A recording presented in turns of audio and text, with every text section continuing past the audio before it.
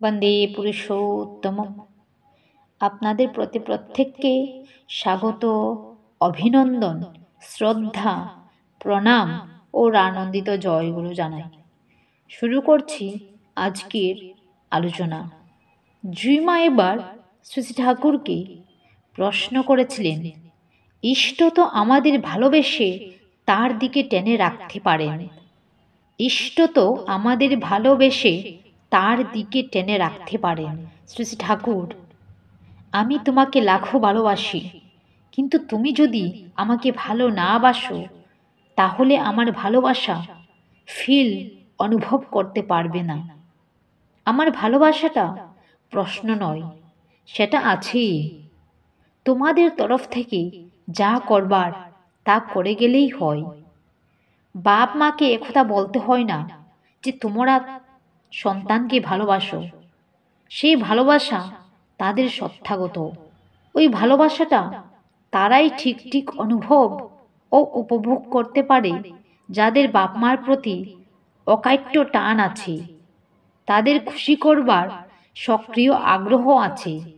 আমাদের জীবনে যা কিছু ইষ্টের প্রীত্যর্থে উৎসর্গীকৃত নয়, আত্মপ্রীতিকাম যা কিছু তাই অনর্থ ঘটায়।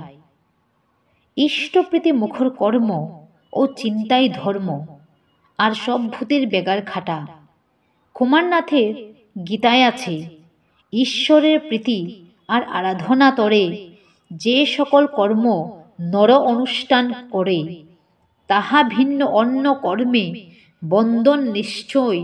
ঈশ্বরেরও তরে কর্ম কর ধনঞ্জয়। সত্যি, মা বাবার সন্তানের প্রতি ভালোবাসা সেটা প্রকৃতগতই। যেহেতু আমরা মা বাবার কাছ থেকেই জন্ম নিয়েছি, তাই ওনাদের প্রেমটা অগাধ, সেটার কোনো তুলনা হয় না।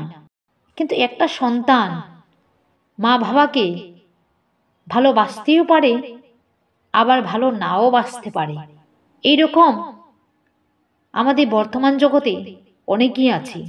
কিন্তু মা বাবা তবুও তাদের সন্তানকে সর্বদা ভালোবেসে থাকেন। তাই তো এই বেলাও শ্রী ঠাকুর বলছেন যে আমরা পরম পিতার সন্তান। ঠাকুর সবাইকে খুব ভালোবাসেন। তিনি চান আমরা সুন্দর হয়ে চলি, ভালো হয়ে চলি। কিন্তু যতক্ষণ না আমরা তাকে ভালোবাসবো, ততক্ষণ তার কথা আমাদের জীবনে ততটা স্পর্শ করবে না। আমরা ততদিন পর্যন্ত শ্রী ঠাকুরের হয়ে উঠতে পারবো না। তাই তিনি বলেছেন যে আমাদেরকেও তাকে ভালোবাসতে হবে। আমাদের তরফ থেকে ঠাকুরকে খুশি করার, তাকে ভালোবাসবার যা যা করণীয় তা করে যেতে হবে।